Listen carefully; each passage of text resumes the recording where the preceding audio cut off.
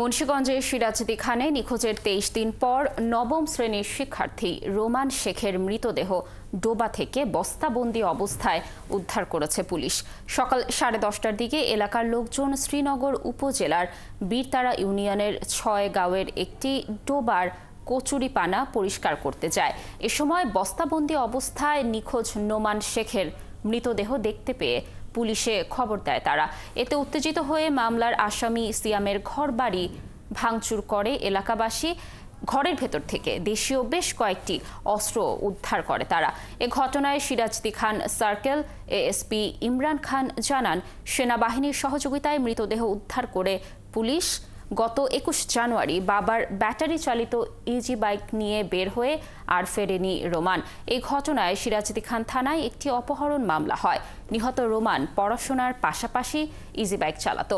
মৃতদেহ উদ্ধারের দাবিতে বুধবার সারাদিন সিরাজদি খানে বিক্ষোভ করে তার সহপাঠীরা।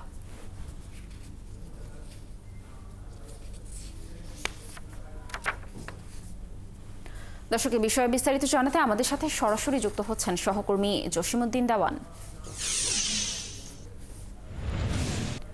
জসিম, কি অবস্থা দেখছেন সেখানে? এলাকাবাসী কি বলছে এই বিষয় নিয়ে, আর পুলিশের কেমন তৎপরতা দেখছেন এই ঘটনার ব্যাপারে জানাবেন? হ্যাঁ লাবণ্য, আপনি নিশ্চয়ই বুঝতে পারছেন, যেহেতু এই ঘটনায় ৩ জনকে আসামি করে মামলা দায়ের করা হয়েছে।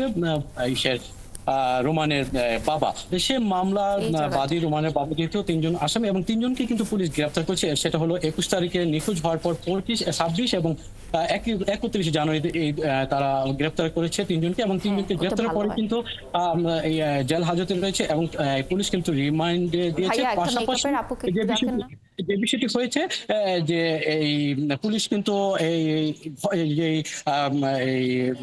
রোমানের যে মিশুকটি বা ব্যাটারি চালিত অটো বা ইজি বাইকটি, এটা কিন্তু উদ্ধার করেছে। সেক্ষেত্রে পুলিশের তৎপরতা আসলে কোথাও কোনো ঘাটতি ছিল না, এমনটি তারা দাবি করছেন এবং আপনি এই তথ্য থেকে নিশ্চয়ই বুঝতে পারছেন। কিন্তু যে ঘটনাটি ঘটেছে যে রোমান যেহেতু একটি বিদ্যালয়ে, অর্থাৎ যদিও তাদের বাড়ি সিরাজদি খান, কিন্তু সিরাজদি খান লাগোয়া শ্রীনগরের বেলতলি উচ্চ বিদ্যালয়ে তিনি নবম শ্রেণীতে যে ভর্তি হয়েছে, ভর্তি হওয়ার পরে তিনি কিন্তু ক্লাস করতে পারেনি, কারণ ২১ তারিখে তিনি যেহেতু দরিদ্র পরিবারের সন্তান, ২১ তারিখে কিন্তু তার বাবাকে সহযোগিতা করার জন্য তিনি এই ব্যাটারি চালিত ইজি বাইকটি নিয়ে বের হয়েছেন, তারপরে থেকে নিখোঁজ। সেই ক্ষেত্রে এই বিষয়টি আসলে তার সহপাঠীরা মানতে পারছেন না। তাদের অনেকে ভুল বোঝানো হয়েছে যে পুলিশ আসলে ঠিকমতো কাজ করেন না, পুলিশ তাদের দায়িত্ব অবহেলা করেছে। এই বিষয়টি তাদের ভুল বোঝানোর ফলে আসলে গতকাল, অর্থাৎ বুধবার কিন্তু এই সিরাজদি খান উপজেলাতে একটি মানববন্ধন করার কথা, এবং সেই মানববন্ধন না করে উপরন্ত বিক্ষুব্ধ ছাত্র এবং কিছু জনতা কিন্তু এই থানায় এসেছে। আমি যে থানা থেকে কথা বলছি, সিরাজদি খান থানা, এই থানাতে এসে একেবারে থানার অর্থাৎ ভাঙচুর করেছে, তছনছ করে দিয়েছে বলা চলে। কারণ ওসির কার্যালয় যেমন দেখেছি, পাশাপাশি অন্যান্য পুলিশের যে বসার যে রুমগুলো, সেগুলো আসলে তছনছ করে দিয়েছে। শুধু তাই নয়, এখানে এই যে সার্কেল, যিনি অতিরিক্ত পুলিশ সুপার, তার কার্যালয় ভাঙচুর করেছে, এবং এখানে পুলিশের যে ৪-৫টি গাড়ি এবং পক্ষান্তরে অনেকে নিরাপদের জন্য যে সাধারণ মানুষের গাড়ি রেখেছে, সেগুলো ভাঙচুর করা হয়েছে।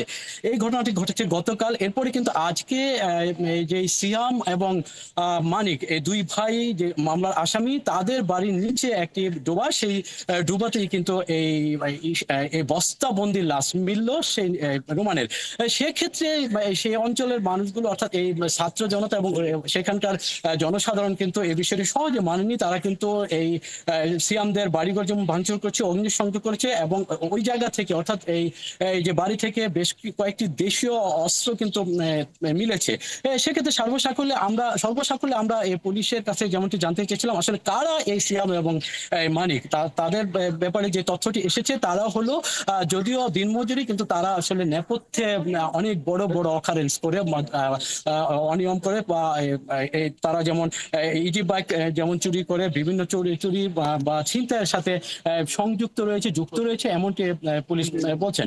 এবং যেমনটি বলতে হয় যে গতকালের ঘটনায় কিন্তু পুলিশ বাদী হয়ে সিরাজদি খান থানায় একটি মামলা দায়ের করেছে, যে মামলা ১০ জনকে এজাহারভুক্ত আসামি করে আরো প্রায় ৫০ থেকে ৬০ জনকে অজ্ঞাতনামা আসামি করা হয়েছে। এই আসামিদের মধ্যে থেকে ২ জনকে কিন্তু গ্রেপ্তার করা হয়েছে, এমনটি বলছেন পুলিশ। এবং এই জায়গাটিতে এবং এই জায়গাটিতে এখনো কিন্তু সেনাবাহিনী মোতায়েন করা হয়েছে। লাবণী। জসিম, আপনি থাকুন সেখানে এবং তথ্য সংগ্রহ করতে থাকুন।